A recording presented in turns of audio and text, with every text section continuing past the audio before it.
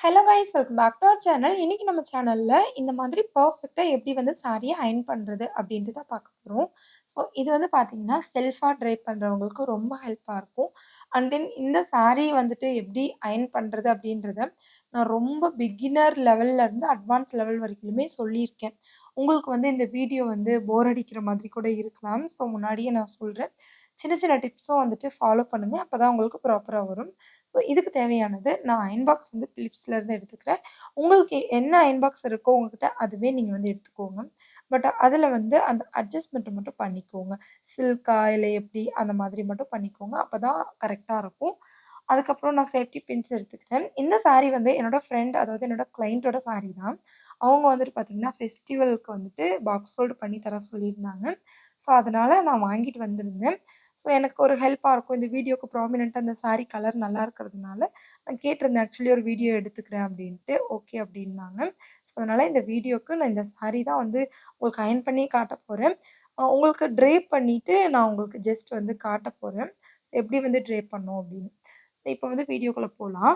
First வந்து பார்த்தீங்கன்னா, நான் எந்த சைடு வந்து சாரிய ஹோல்டு பண்ணியிருக்கேன்னு பாருங்க.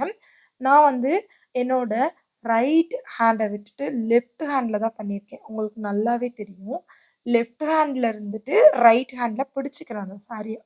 இந்த மாதிரி ஜிக்ஸாக், ஜிக்ஸாக் அந்த மெத்தட்ல ஃபாலோ பண்ணி குட்டி குட்டியா எடுத்துக்கிறேன். அந்த குட்டி மடிப்பும் எப்படி எடுக்கணும் அப்படின்னா, நீங்க எடுத்திருக்கீங்க இல்லையா ஃபர்ஸ்ட்டு மடிப்பு, அதுல பாதி அளவு அதாவது கரெக்ட்டா சென்டர் பார்ட்லேருந்து எடுத்தீங்கன்னா, ரொம்ப குட்டியா தான் வரும். அப்படிதான் எடுக்கணும். நான் வந்து 3/4 வாசி அளவு எடுத்திருக்கேன். ஏன்னா, எனக்கு ஒரு 9 ப்ளீட் வந்தாவே போதும். 10 இந்த மாதிரி அதிகமா வரணும் உங்களுக்கு அப்படின்னா, கரெக்ட்டா பாதி எடுங்க. உங்களுக்கு கரெக்ட்டா இருக்கும். நான் 3/4 வாசி அளவு தான் எடுத்திருக்கேன். அங்க பாருங்க. ஸோ எனக்கு வந்துட்டு இந்த அளவு தான் வந்துட்டு ப்ளீட் வந்து என்னோட பாடிக்கு கரெக்ட்டா இருக்கும் அப்படின்னு நான் திங்க் பண்ணியிருக்கேன். ஸோ, அதனால நான் இதையே வந்துட்டு அவங்களுக்கு ப்ரிஃபர் பண்ணி அயர்ன் பண்ணிட்டேன். அவங்களோட மெஷர்மென்ட் நான் எடுக்கல. ஜஸ்ட் வந்துட்டு பார்த்தீங்கன்னா, என்னோட அளவு தான் அவங்க இருப்பாங்க. அதனால நான் வந்து என்னோட அளவு வச்சே நான் அவங்களுக்கும் அயர்ன் பண்ணிட்டேன். ஹைட் மட்டும் முந்தான கொஞ்சம் கம்மி பண்ணிட்டேன். ஏன்னா, அவங்க வந்துட்டு ஷார்ட்டா இருப்பாங்க அதனால. இப்ப இந்த இடத்துல வந்துட்டு நம்ம ஒரு பின் போட்டு செக்யூர் பண்ணிக்கலாம். இது உங்களுக்கு தெளிவா புரிஞ்சிருக்கும்னு நெனைக்கிறேன். ஃப்ரண்ட் பார்ட்ல வந்து பார்த்தீங்கன்னா, உங்களோட அந்த கை அளவு அது நம்ம எடுக்கிறோம் இல்லைங்களா? ஜிக்ஸாக் அதுக்கு முன்னாடி உங்களோட கைய வைக்கிறீங்கல்ல, அந்த அளவு தான் இருக்கணும். 1 ஜான் அந்த மாதிரி தான் இருக்கணும் உங்களுக்கு. அதுலருந்து நீங்க பாதியா எடுத்துக்கலாம். இல்ல 3/4 வாசியா கூட எடுத்துக்கலாம். உங்களுக்கு எப்படி வந்துட்டு ப்ளீட்ஸ் எவ்வளோ வேணுமோ அத பொறுத்து. இப்போ வந்து எதுலயாவது ஹேங் பண்ணிருங்க. இல்லன்னா யாரையாவது புடிக்க வச்சுருங்க. ஸோ ஹேங் பண்றது ரொம்ப பெஸ்ட்டு. ஏன்னா இதுக்கு கொஞ்சம் லேட் ஆகும். மத்தவங்கள நம்ம கூப்பிட்டுட்டு இருக்க முடியாது. யாரா இருந்தாலுமே சரி. ஸோ அதனால ஜன்னல்ல அ இல்ல ஏதாவது ஸ்டாண்ட்ல ஹேங் பண்ணிருங்க. ஹேங் பண்ணிட்டு நீங்க ஃபுல்லாவே ப்ளீட் எடுத்து பின் போட்டுருங்க. உங்களுக்கு வந்து பார்த்தீங்கன்னா, ஒரு 1/2 மொழம் இல்லன்னா 1 முழம்ன்னு சொல்லுவாங்க இல்லைங்களா? அந்த மாதிரி பார்த்து பின் போட்டுருங்க. ஒரு 3 பின் தான் தேவைப்படும்னு நெனைக்கிறேன் உங்க ஷோல்டர் வரைக்குமே. அடுத்ததா வந்துட்டு கரெக்ட்டா ஷோல்டருக்கு சென்டர் பார்ட் அந்த தையல் ப்ளவுஸ்ல இருக்கும் இல்லைங்களா? அங்க தான் பின் பண்ணணும். அந்த இடத்துல கரெக்ட்டா வச்சு பின் பண்ணிருங்க ரஃப்பா இந்த மாதிரி. ஸோ நம்ம பின் போடும்போது ப்ராப்பரா போட்டுக்கலாம். ஓகேங்களா? இப்ப உங்களோட ஷோல்டர்ல வச்சு நல்லா அரேஞ்ச்மென்ட் பண்ண பிறகு தான், நீங்க இந்த மாதிரி அயர்ன் பண்ணணும். அயர்ன் பண்ணும்போது இந்த மாதிரி கிளிப் வந்து ஷாப்ஸ்ல நெறைய விக்கிது பெரிய கிளிப்பு. சாரி கிளிப்புன்னு கேட்டாவே தருவாங்க. ஸோ இந்த மாதிரி அயர்னிங் ஸ்டாண்ட்லயோ, இல்ல நீங்க உங்களோட அந்த வேற ஏதாவது டேபிள்லயோ அப்படி கூட நீங்க போட்டுக்கலாம். போட்டுட்டு நீங்க வந்து இந்த மாதிரி அயர்ன் பண்ணிருங்க. கீழ போட்டா ஏதாவது வெயிட் வச்சுருங்க. இந்த மாரி கிளிப் கீழ போட முடியாது. ஸோ அதனால ஏதாவது வெயிட் மாதிரி வச்சுட்டு, நீங்க அதுக்கப்புறம் அயர்ன் பண்ண ஸ்டார்ட் பண்ணுங்க. அயர்னிங்ல ஒரு டிப் என்ன அப்டின்னா, ஃபர்ஸ்ட்டு பார்ட் அதாவது அந்த பின் போட்டிருக்கோம் இல்லைங்களா? அங்கருந்து மேல மட்டும் மேல் நோக்கி தான் அயர்ன் பண்ணணும். பிகாஸ் மடிப்பு ஏதாவது ஏறத்தாழ எடுத்திருந்தீங்கனாலும், அது மேலேயே போயிரும். ஸோ மேல நோக்கி மட்டும் நீங்க அயர்ன் பண்ணுங்க. அயர்ன் பண்ணிட்டு அடுத்தடுத்து வர பின்ஸ்ல எல்லாமே நீங்க ரிமூவ் பண்ணிட்டு பின்ஸ் அயர்ன் பண்ணீங்கனாலும் ஓகே. டைம் இல்ல, இல்ல எனக்கு சோம்பேறியா இருக்கு அதெல்லாம் பண்ண முடியாது அப்படியே பண்றனாலும் ஒண்ணும் பிரச்சனை இல்ல. நிக்கும் மடிப்பு. பட் இன்னும் ப்ராப்பரா பண்ணணும்னா, பின்ஸ் அந்த 3யும் ஒண்ணொண்ணா பண்ணி, பண்ணி எடுத்துட்டு அதுக்கப்புறம் பண்றது பெஸ்ட். அயர்னிங் குடுக்குறது பெஸ்ட். ஓகேங்களா? இப்ப வந்துட்டு நம்ம அரேஞ்ச் பண்ணி ரஃப்பா தானே வச்சோம் ஷோல்டர் மேல போட்டு. இப்ப எடுத்து நம்ம அந்த ஸ்டாண்ட் மேல போட்டு கிளிப் பண்ணிற போறோம். ஸோ இந்த மாதிரி கிளிப் பண்ணிட்ட பிறகு தான் நம்ம வந்து அயர்ன் பண்ண போறோம். நான் வந்து மேல ஒரு கிளிப், கீழ ஒரு கிளிப் போட்டுக்கிட்டேன். அது எதுக்காக அப்டின்னா, இந்த சைட்ல வருது இல்லைங்களா? கிளிப் போட்டிருக்கோம் இல்லைங்களா? அந்த ஷோல்டர் பார்ட்டு. அது வந்து பார்த்தீங்கன்னா, ஸ்ட்ரெய்ட்டாவே தான் இருக்கணும். உங்களுக்கு எந்த அகலம் செஸ்ட் அகலம் வேணுமோ, அது வந்து பார்த்தீங்கன்னா, இந்த சைடு அதாவது லெஃப்ட் சைடு தான் இழுத்துக்கிட்டே வரணும். நான் கயிறு கட்டியிருக்கிற சைடு பார்த்தீங்கன்னா, ரைட்டு. ஸோ, அந்த சைட்ல இருக்கிறது வந்து ஒரே ஸ்ட்ரெய்ட்டா தான் இருக்கணும். புரியுதுங்களா? இந்த சைடு நடுவுல இருக்கிறது தான் செஸ்ட் உங்களுக்கு எவ்ளோ அளவோ எனக்கு 16 இந்த மாதிரி இருக்குன்னா, அது வந்து எந்த பக்கம் அட்ஜஸ்ட்மென்ட் பண்ணணும்னா, அந்த சைடு நான் இழுக்கிறேன் பாருங்க.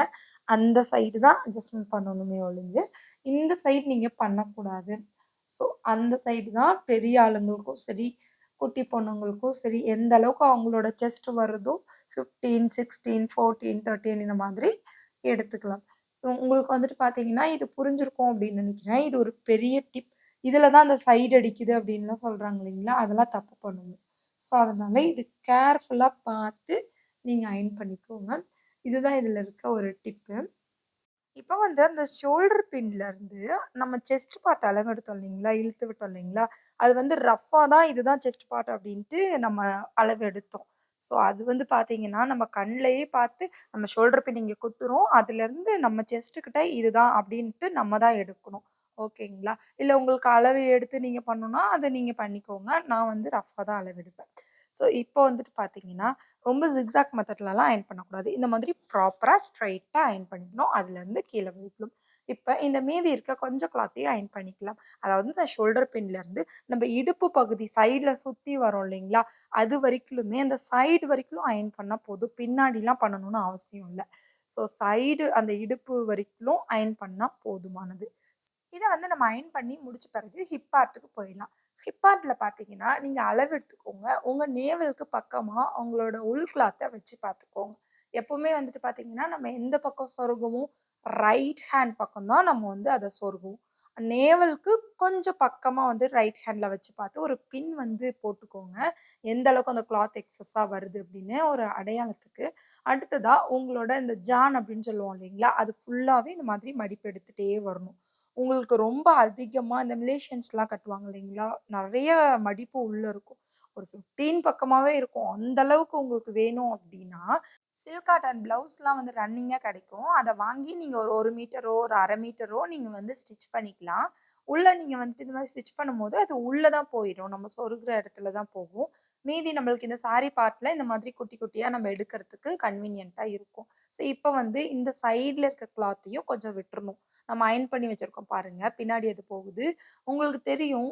சைட்லயும் வந்துட்டு கொஞ்சமா விட்டா தான் இந்த சைட் பார்ட்டுக்கு உங்களுக்கு அந்த மடிப்பு வந்து வரும். ஃபுல்லாவே எடுத்துறக்கூடாது. இதுதான் வந்துட்டு நம்மளுக்கு சைட்ல வரும் மடிப்பு எடுக்கிறதுக்கு. அது எப்படின்னு சாரி கட்டும்போது உங்களுக்கு சொல்லி காட்டுறேன். இப்ப வந்து நம்ம மடிப்பு ஃபுல்லா எடுத்தாச்சு. எடுத்த பிறகு இந்த ஃபர்ஸ்ட் மடிப்பு இருக்கு இல்லீங்களா? அந்த இடத்துல மட்டும் கொஞ்சமா எக்ஸ்ட்ரா வந்துட்டு நம்ம கிளாத் இதோ இந்த மாதிரி இங்க பாருங்க நான் எடுக்கிறேன். கொஞ்சம் எக்ஸ்ட்ரா வந்து கிளாத் இந்த மாதிரி எடுத்துக்கோங்க. பிகாஸ் நம்ம இந்த மாதிரி எடுத்தோம் அப்டின்னா தான் மத்த மடிப்பெல்லாம் ஓரளவுக்கு உள்ள இருக்கிற மாதிரி இருக்கும். இல்லன்னா அது ஒரு மாதிரி இழுத்துக்கிட்டு இருக்கிற மாதிரி இருக்கும். கொஞ்சமா இந்த மாதிரி எடுத்து விட்டுட்டு அது பாருங்க பெருசாவே இருக்கும். கொஞ்சமா எடுத்து விட்டுட்டு அரேஞ்ச் பண்ணிக்கலாம். அரேஞ்ச் பண்றது வந்துட்டு பார்த்தீங்கன்னா, ஒரு 1/2 இன்ச் வந்துட்டு தள்ளி, தள்ளி அரேஞ்ச் பண்ணிக்கணும். அது உங்களுக்கே தெரியும். நார்மலா நீங்க பார்த்தீங்கனாலே உங்களுக்கு தெரியும். தள்ளி, தள்ளி அரேஞ்ச் பண்ணி பின்ஸ் இந்த மாதிரி போட்டுக்கோங்க. இது ஒரு பேசிக்கான விஷயம் தான். தள்ளி, தள்ளி வைக்கிறது. ஸோ தள்ளி, தள்ளி வச்சு பின்ஸ் போட்டுக்கோங்க. ரஃப்பா போட்டு கூட நீங்க இந்த மாதிரி டேபிள்லயோ, கீழயோ வச்சு கூட நீங்க மறுபடியும் அகைன் வந்து அழகா இந்த மாதிரி தள்ளி ஒரு பின்னு. மறுபடியும் அழகா தள்ளி ஒரு பின்னு. அந்த மாதிரி நீங்க போட்டுக்கலாம். பிகாஸ் இந்த சாரி பார்ட்ல வந்து நீங்க 3 டூ 4 பின் கூட போட்டுக்கலாம். 3 பின் போடுறது ஒரு ப்ராப்பரான ஒரு இதுன்னு வச்சுக்கோங்களேன். இப்ப ஃபர்ஸ்ட்டு அயர்ன் பண்ற அந்த ஹிப் பார்ட் கிட்ட மட்டும் மேல நோக்கி பண்ணணும். ஹிப் பார்ட் கிட்ட சொருகும் இல்லைங்களா? அத மட்டும் நம்ம அயர்ன் பண்ணும்போது மேல நோக்கி அயர்ன் பண்ணணும். மத்தது இது கீழ் பார்ட். நம்ம கீழ நோக்கியே பண்ணிக்கலாம். இது ஒரு பிரச்சனையும் இல்ல. நான் சில பேர் மேல தான் பின் போடுவாங்க. நான் எப்பவுமே தெரியாத மாதிரி உள்ள தான் வந்து பின் போட்டு அயர்ன் பண்ணுவேன். அதனால எனக்கு கழட்டுற ஒரு இது வந்து தேவைப்படல.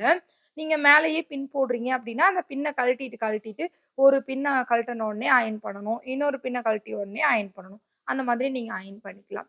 எவ்ளோ ப்ராப்பரா, எவ்ளோ அழகா வந்திருக்கு அப்டின்ட்டு பாருங்க. இது செம்ம சூப்பரா வந்திருக்கு.